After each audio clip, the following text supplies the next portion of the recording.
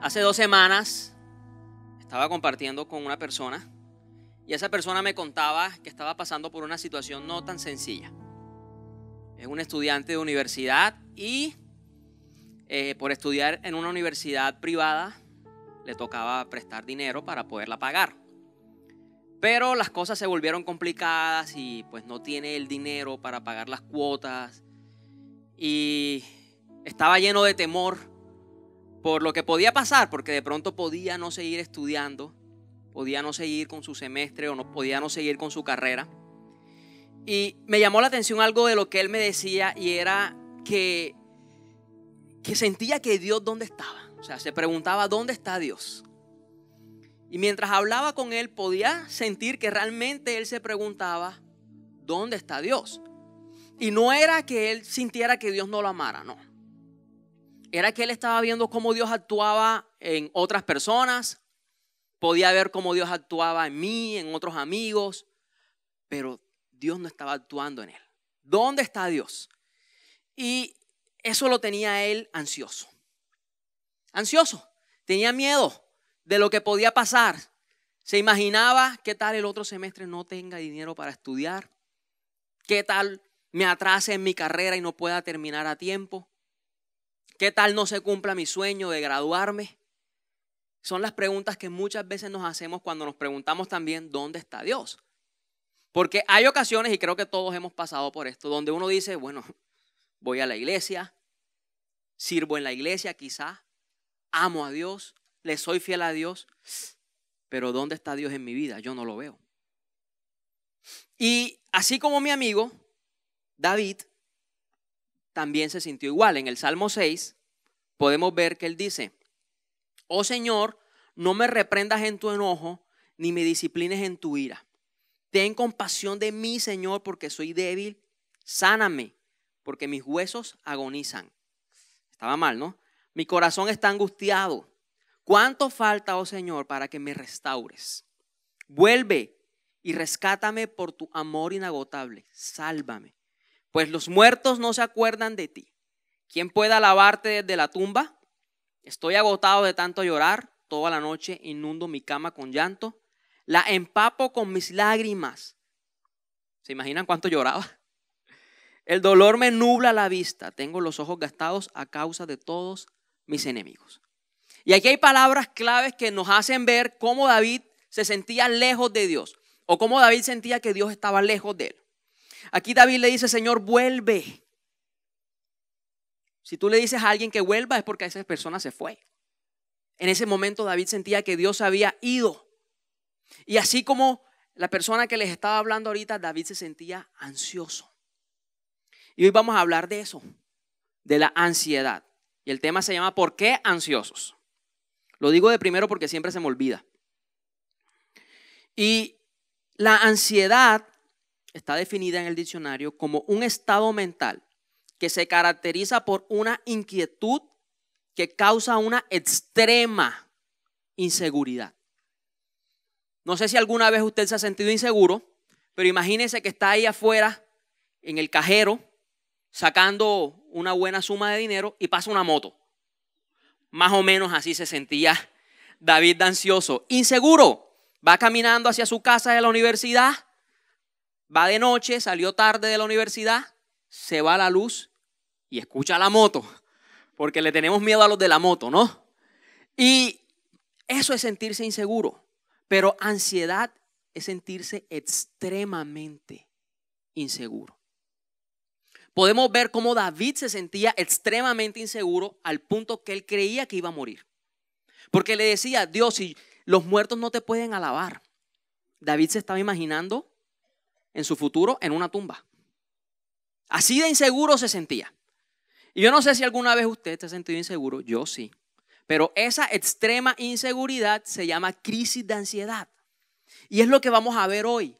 Cómo se trabaja, cómo se supera, cómo opera la ansiedad en nuestra vida, qué consecuencias trae. Entonces vamos a estar bien atentos para que podamos identificar si hemos padecido o estamos padeciendo una crisis de ansiedad. La ansiedad se convierte en una aflicción. Cuando algo me aflige, eso hace que mi corazón siempre se sienta turbado, acongojado, apretado. La ansiedad comienza a controlar mis emociones. La ansiedad comienza a controlar mis sentimientos y me vuelvo una persona irritable, dura, difícil. Nadie me puede hablar, soy un foforito. No me pueden decir nada porque me enojo. Pero la ansiedad también puede controlar mi voluntad. Por eso es recomendable no tomar decisiones cuando uno está ansioso. Porque lo más seguro es que tomemos malas decisiones. Y ante las malas decisiones vienen malas consecuencias. Siempre que tomamos una mala decisión tenemos que cargar con las consecuencias de esa decisión. Pero cuando lo que me controla es la ansiedad, yo no voy a tomar buenas decisiones. Yo voy a tomar decisiones que están lejos de la voluntad de Dios. Y algún día voy a tener que cargar con las consecuencias de esas decisiones. La ansiedad y el miedo son parecidos. Son como hermanos, primos hermanos, pero no son iguales. El miedo me advierte sobre un peligro que es real. ¿Sí? Yo voy caminando, voy a pasar la calle, no me di cuenta que venía un carro y me pitó el carro. Inmediatamente mi cuerpo reacciona ante ese peligro que es real y me hace correr o me hace tirarme, no sé, pero mi cuerpo reacciona ante un peligro que es real. La ansiedad hace que mi cuerpo reaccione, pero este peligro no es real. Es algo que está solamente en mi mente. Volvamos a David. David creía que iba a morir. Era algo que no era seguro, es un peligro que no era real. Por eso él estaba ansioso. Y mire, yo estuve investigando toda la parte médica, física, fisiológica de todo esto. Y sucede que cuando Dios nos creó tan perfectos, que cuando nuestro cerebro percibe el miedo, inmediatamente comienza a activar todo nuestro cuerpo. Nuestro corazón se acelera, ¿o no? Sentimos que se nos quiere salir. Estamos de noche, escuchamos un ruido y de repente tú. Hoy 31 de octubre más todavía.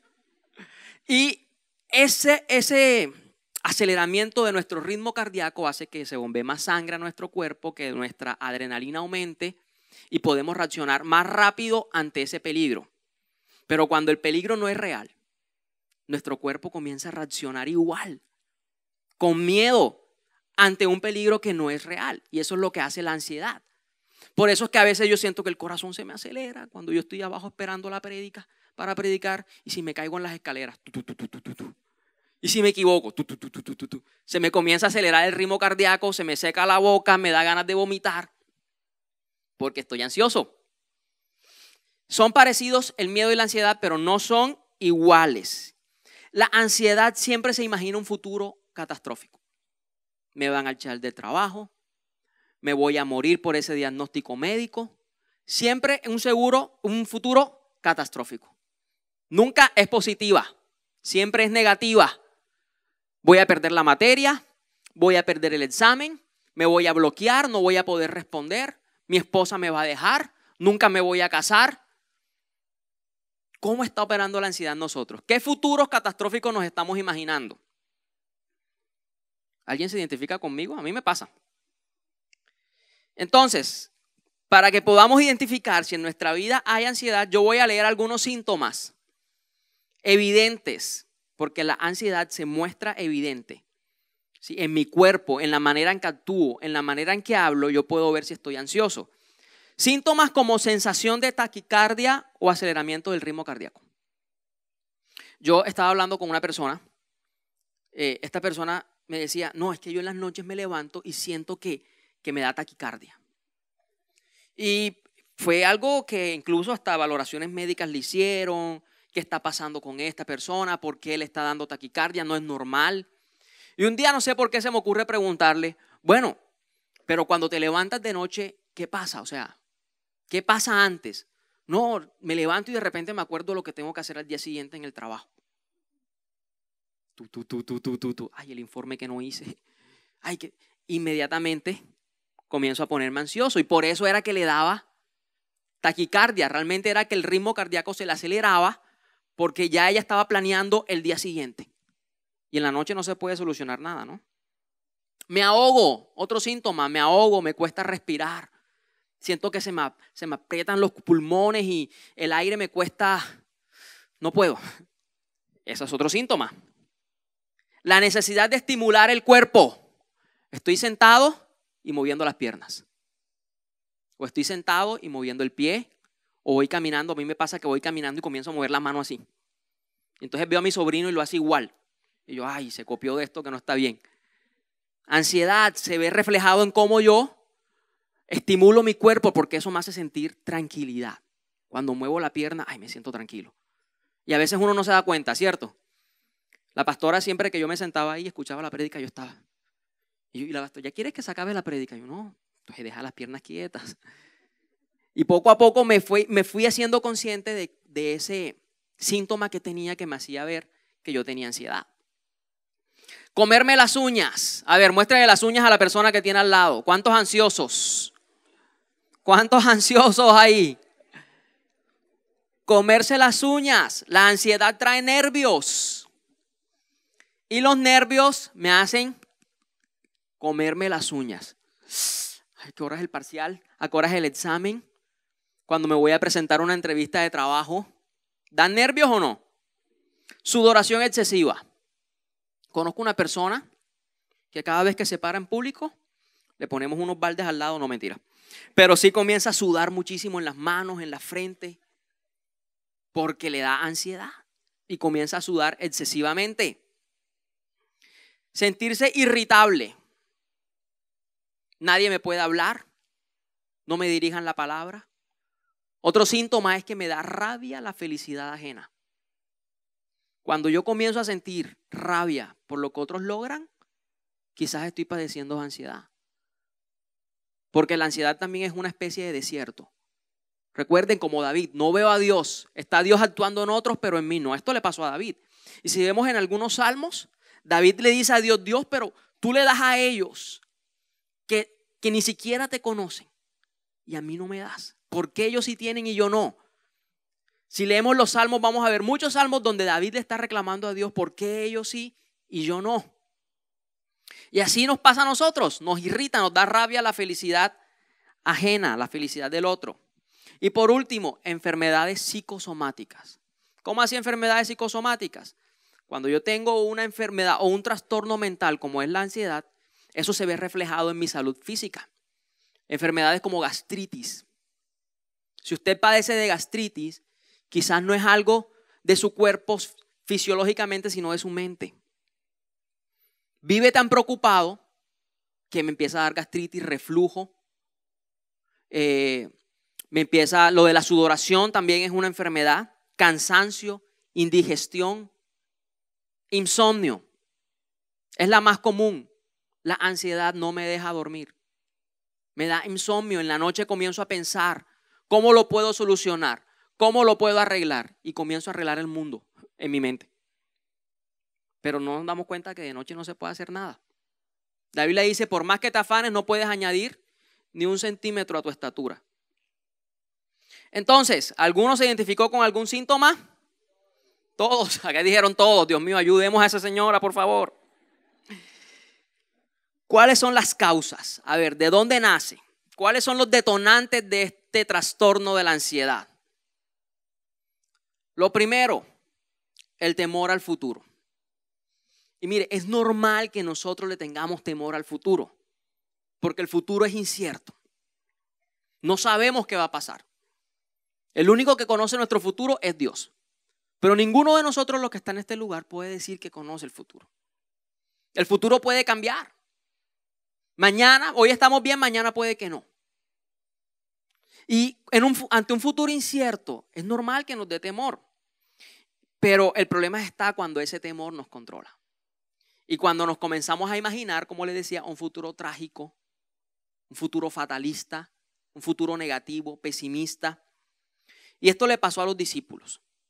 La Biblia nos habla que los discípulos estaban en una barca. Jesús les dice, bueno, vámonos en la barca. Y ellos se montan a la barca, se van hacia el mar. Y de repente comienza una tormenta. Y hay algo interesante en este pasaje de la Biblia. La Biblia cuenta que mientras la tormenta estaba, Jesús estaba durmiendo. Jesús dormía, los discípulos no.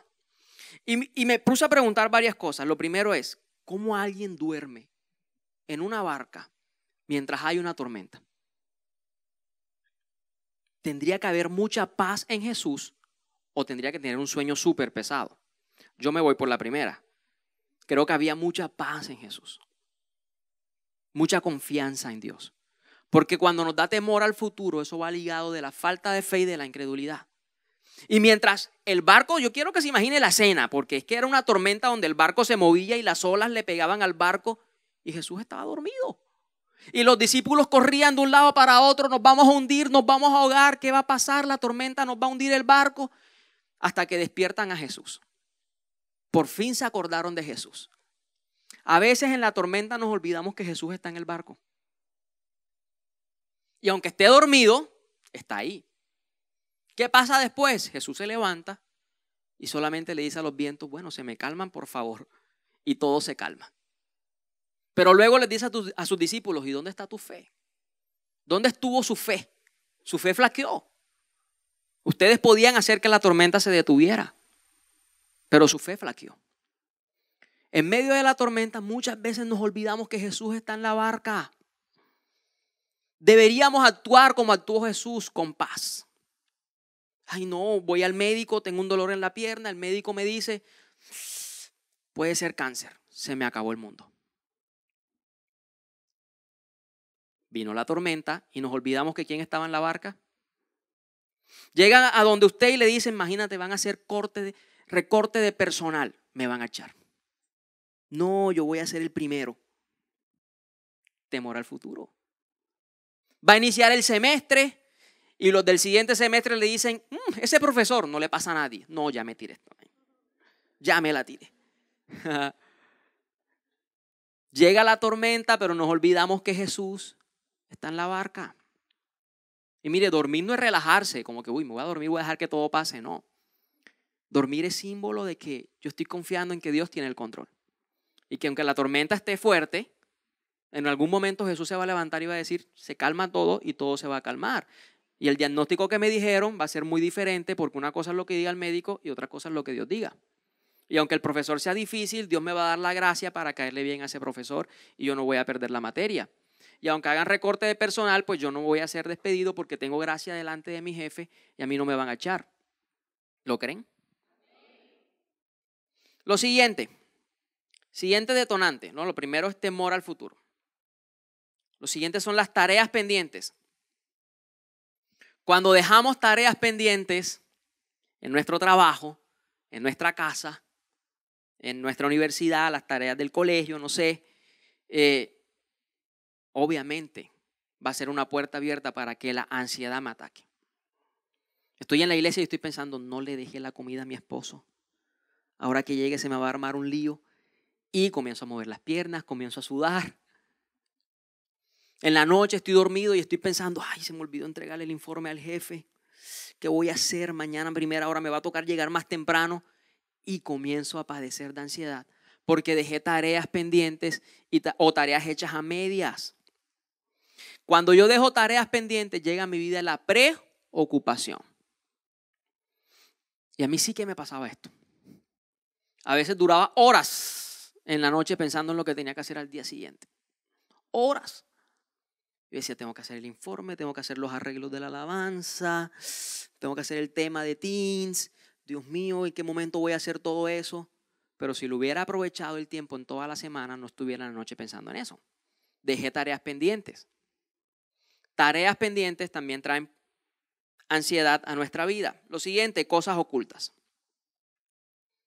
En el Salmo 51, David nos expresa luego de él haber pecado. Él había pecado, se había acostado con una señora y luego había hecho lo posible para que el esposo de la señora muriera. Y así fue, el esposo de la señora murió. Y él dejó el pecado tapadito. Ocultó el pecado. ¿Qué pasa? En el Salmo 51, David se arrepiente de eso. Y le dice a Dios, Dios, mientras te ocultaba mi pecado, mis huesos dentro de mí, la angustia me estaba comiendo por dentro. Cuando nosotros tenemos cosas ocultas, vamos a estar llenos de ansiedad porque vamos a pensar en qué pasa si nos descubre.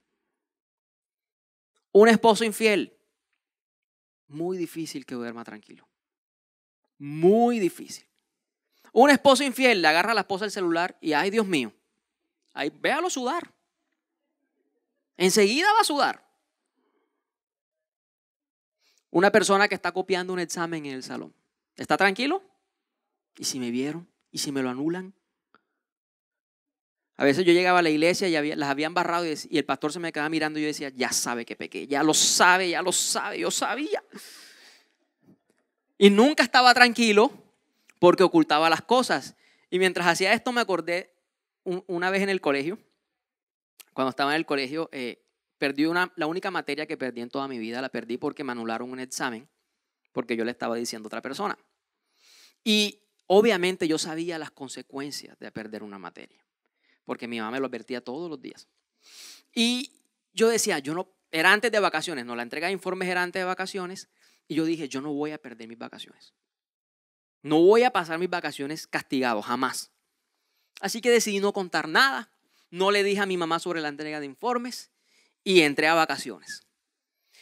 Y fueron una de las vacaciones más horribles de mi vida. Yo no dormía y cuando dormía soñaba cuando mi mamá fuera al colegio a buscar los informes y se enterara que lo oculté todo. Y yo decía, no, qué horrible. Y luego entro al colegio y la profesora me dice, ¿y entonces tu mamá para cuándo? La entrega de informes ya pasó las vacaciones y tu mamá no ha venido a buscar los informes. Y yo, ay, no, es que mi mamá ha estado mal, ha estado enferma. Y tu papá, no, mi papá no vive conmigo. No, necesito que tu mamá venga. Ya luego de varios meses me tocó decirle porque no aguantaba la presión de cuando me descubrieran. Me puse un casco, me puse chaleco porque pensé que me iban a dar con un bate, pero no lo tomó bien. Y le conté. Y ahí fue cuando pude descansar y dormir por fin tranquilo. Las cosas ocultas traen ansiedad. ¿Qué otra cosa trae ansiedad? Las grandes responsabilidades. Cuando somos responsables de algo muy grande, cuando tenemos una tarea muy grande y esa tarea depende de nosotros. Cuando me dijeron, cuando el pastor se reunió conmigo y me dijo, mira, hace como unos 5 años, me dijo, vas a ser el que va a coordinar la alabanza. En ese tiempo yo no tenía ni idea nada de música. Nada de música. Y la alabanza había ido creciendo y se había vuelto musicalmente mejor y espiritualmente mejor. Pero cuando me dan esa tarea a mí, yo en silencio total llegué a mi casa y le dije, Dios, ¿tú qué estás haciendo? Yo no sé nada de música. Yo era el más reciente en entrar en la alabanza en ese tiempo.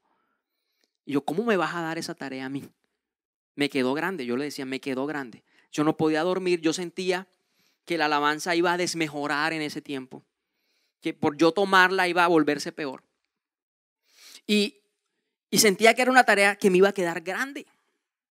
Yo no sé si a usted le ha pasado esto de pronto con su trabajo. Siente que su trabajo le va a quedar grande y que no va a poder con tantas cosas. O la tarea de ser mamá, de ser papá, les queda grande. O si usted se va a casar y siente temor, ansiedad, porque no sabe cómo llevar un matrimonio, no sabe cómo tratar a una esposa, no sabe cómo criar a unos hijos. La tarea de llevar una casa, de ser ama de casa, son responsabilidades grandes que también nos pueden llenar de ansiedad. La Biblia nos cuenta que Moisés también pasó ansiedad por esto. Dios le dice a Moisés, necesito que vayas y liberes a mi pueblo en Egipto. Y Moisés era tartamudo, era gago. Y cuando le dice a Dios, yo no puedo, yo soy gago. Iba a ser de gago, pero no sé cómo. Y Moisés le dio miedo. Y mire lo que decía lo que dice en Éxodo 4. Sin embargo, Moisés le dijo a Dios, los jefes de Israel no van a creer que te he visto, así que tampoco van a obedecerme. ¿Qué se imaginó él? El futuro. Se imaginó un futuro pesimista. Enseguida le dijo a Dios, ellos no me van a obedecer. No me van a creer que yo estuve hablando contigo, le decía Moisés a Dios. Y en ese momento Moisés sintió que era una tarea demasiado grande, una responsabilidad demasiado grande para él. ¿Quiénes se identifican con Moisés? Y si usted se ha identificado con alguna de estas causas, si usted dice, estoy padeciendo alguna de estas cosas, o si usted dice, yo nunca he padecido de ansiedad, hoy yo le invito a que sea consciente de esto, porque una crisis de ansiedad nos puede alejar de Dios. Totalmente. Porque llegamos a un punto donde nuestro problema, nuestra situación difícil, se vuelve más importante que Dios. Y comenzamos a pensar más en el problema, más en lo que puede pasar, que en lo que Dios puede hacer. Entonces, ¿cómo la combatimos?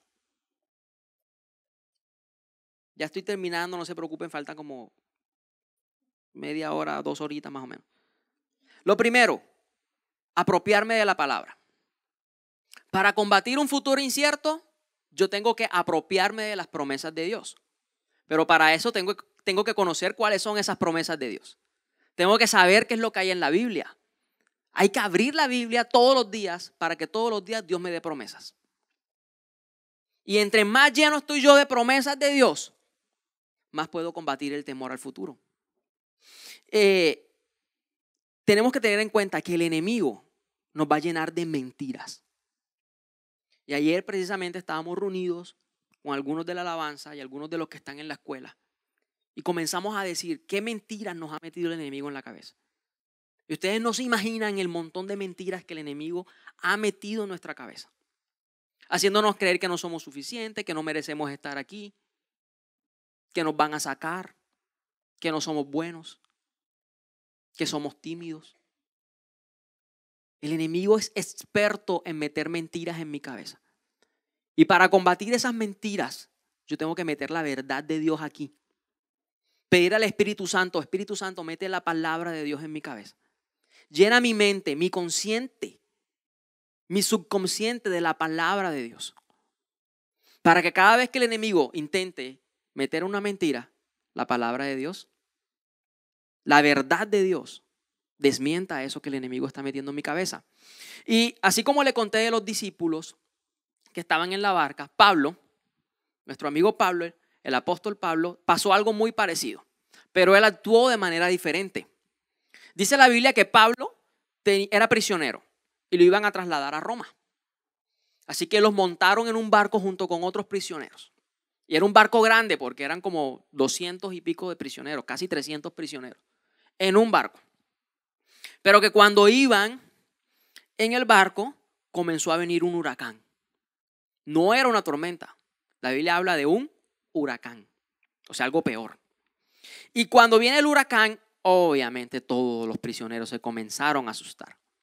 El barco se comenzó a destruir y todo el mundo creía que se iba a ahogar. Todos corrían, nos vamos a ahogar, vamos a naufragar, el barco no va a resistir. Pero Pablo estaba tranquilo. Y Pablo les dice, no se preocupen, sí se va a hundir el barco, sí se va a hundir, pero ninguno de nosotros se va a morir. Y Pablo dice algo bien interesante en este pasaje. Está en Hechos 27 si lo quiere leer en su casa. En este pasaje Pablo dice, un ángel de Dios vino y me dijo que todo iba a estar bien. Cuando nosotros tenemos sentimientos negativos, nosotros queremos llenar esos sentimientos negativos con más cosas negativas. Por ejemplo, mi papá está en la clínica. Está grave mi papá. Yo voy y le cuento a mi amiga, mi papá está grave en la clínica. Lo que yo espero es que mi amiga reaccione de esta manera. Ay, amiga, sí. Ay, no, oremos para que el Señor no se lo lleve. Yo creo, está grave, ¿verdad? Está bien grave. Alimentar mi sentimiento negativo. Pero si mi amiga reaccionara de esta manera, tranquila, todo va a estar bien. ¡Qué insensible! ¿Es que no te duele lo que estoy pasando? Queremos alimentar el sentimiento negativo, pero recuerde, esa persona que nos dice que todo va a estar bien es el ángel que Dios envía. Así como se lo envió a Pablo, Dios también nos envía ángeles a nosotros a decirnos todo va a estar bien. No quiere decir que la persona sea insensible. Quiere decir que Dios está usando a esa persona como un ángel para recordarnos que todo va a estar bien y quizás el barco se hunda. Pero así como Pablo, nosotros también vamos a llegar a la orilla. Lo segundo, para combatirla, organizar mi tiempo. En Eclesiastés la Biblia dice que hay un tiempo para todo. Yo tengo un tiempo para trabajar, yo tengo un tiempo para estudiar, tengo un tiempo para dormir, tengo un tiempo para compartir con mi familia. Hay un tiempo para todo y yo tengo que aprovechar cada tiempo, cada momento de mi vida al máximo. Mi tiempo de trabajo lo tengo que aprovechar al máximo, para que cuando llegue a la casa, mi tiempo libre con mi familia no lo tome para hacer trabajos. Y para eso hay que ser organizado. Mire, yo le aseguro que si nosotros planeáramos toda la semana, nunca se nos va a volar nada. Llegó el lunes, planeo lo que voy a hacer el lunes, planeo lo que voy a hacer el martes, planeo lo que voy a hacer el miércoles, jueves, viernes, sábado. Y yo sé que es hasta cansón porque a mí me cuesta. Pero efectivo sí es. Y llega uno a la casa y duerme tranquilo. Porque uno sabe lo que va a hacer el martes y lo que va a hacer el miércoles. Ya uno sabe cuáles son sus tareas pendientes y sabe si las puede hacer al día siguiente. Y si se le olvida algo y se le recuerda en la noche, pues lo anotamos en el celular y listo. Pero ¿qué solucionamos? A veces en la noche nos ponemos a dar vueltas en la mente, en la cabeza, lo que tengo que hacer, lo que tengo que comprar, se me acabó el café, se me acabó el arroz. Pero ¿podemos solucionar eso pensándolo? ¿Cierto que no? A veces yo me levanto y le digo, bueno, Señor, ya no voy a pensar más en lo que tengo que hacer, porque no soluciono nada aquí. Nada, por más que lo piense, no lo voy a solucionar. Descansar en Dios. Cuando organizamos nuestro tiempo y cuando somos organizados en nuestro tiempo, aprendemos a descansar en Dios. Lo tercero, confesar lo que tengo oculto. ¿Cuántos conocen a Cristín de Clario? Una cantante cristiana. Cristín vino a la iglesia y nos contaba algo en el testimonio que ella estaba compartiendo. Mientras ella era líder de la alabanza, ella contaba que ella llevaba una doble vida. Ella iba a discotecas, rumbeaba, hacía un montón de cosas y los fines de semana se paraba en la tarima y en el altar a ministrar. Y ella reconoce que llevaba una doble vida.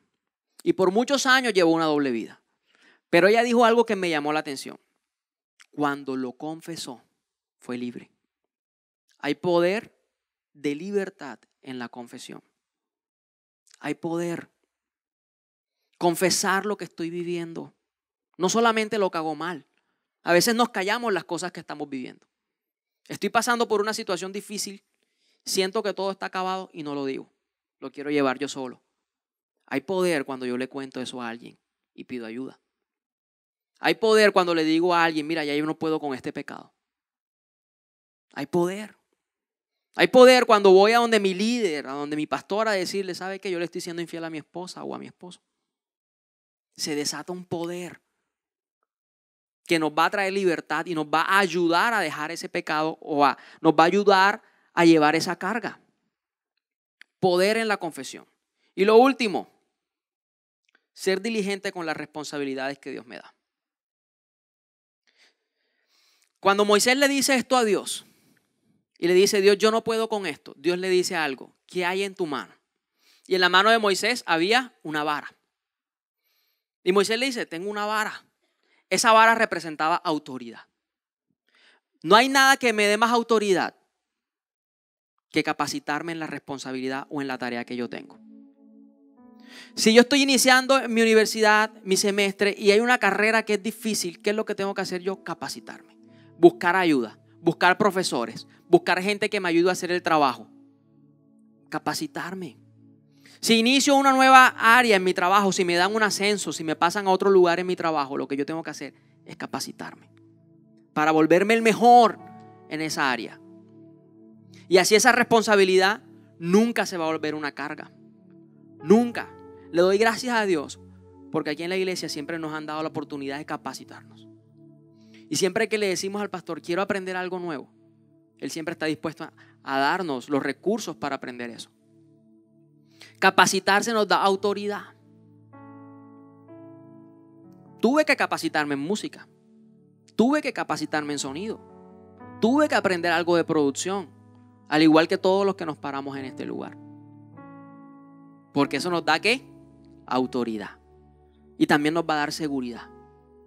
No nos va a dejar que el miedo nos gane. Y por último quiero terminar con un versículo. Primera de Pedro 5, 6, 7. Así que humíllense ante el gran poder de Dios y a su debido tiempo Él los levantará con honor. Pongan todas sus preocupaciones y ansiedades en las manos de Dios, porque Él cuida de ustedes. Entonces, ¿por qué ansiosos, no? ¿Cuántos libres de la ansiedad? ¿Cuántos van a estar libres de ese temor que no es real? Amén. Los invito a orar.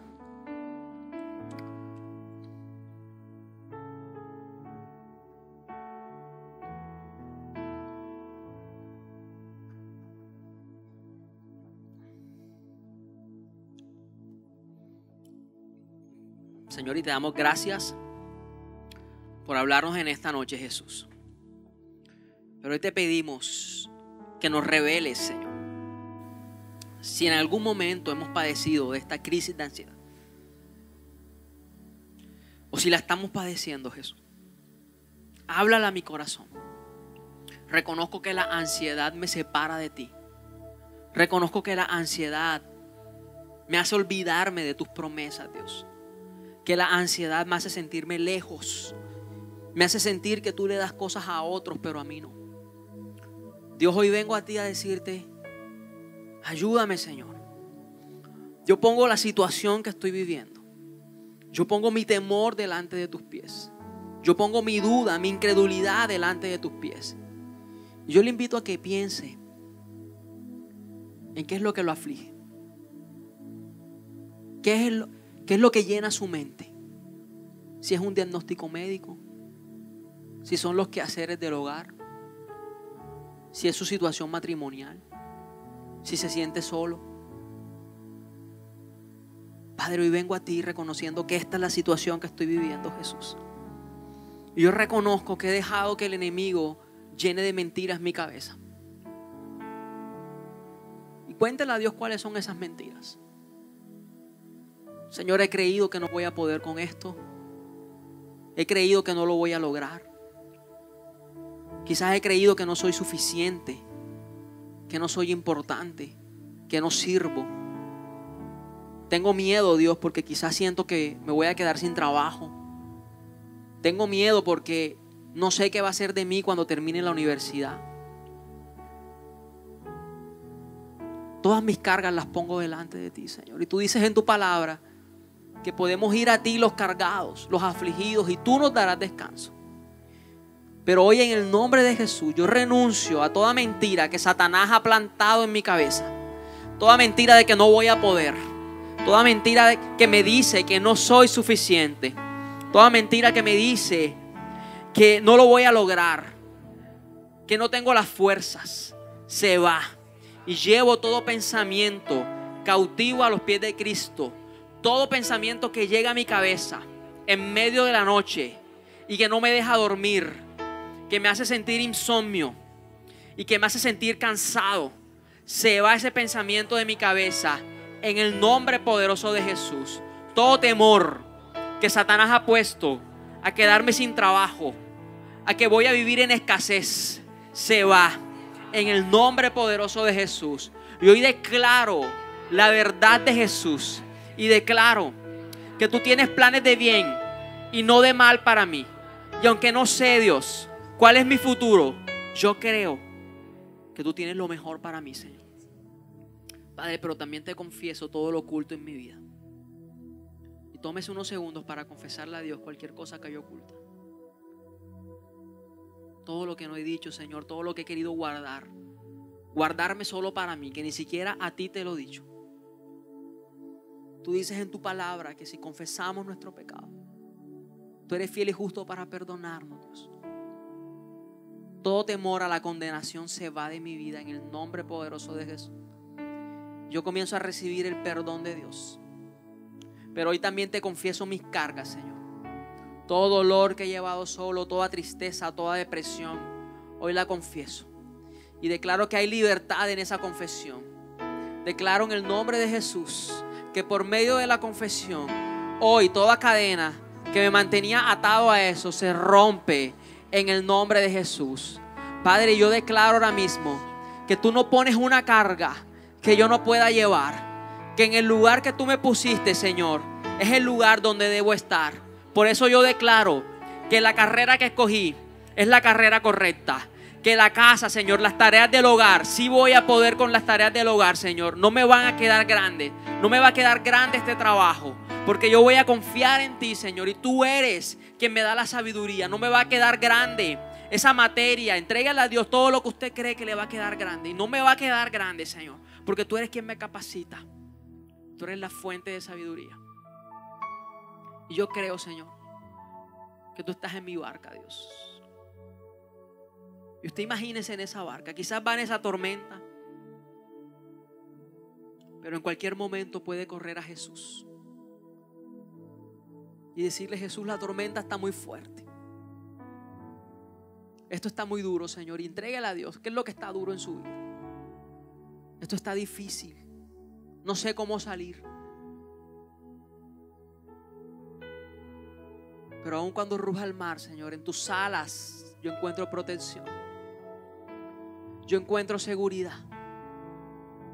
Gracias. Cuando hay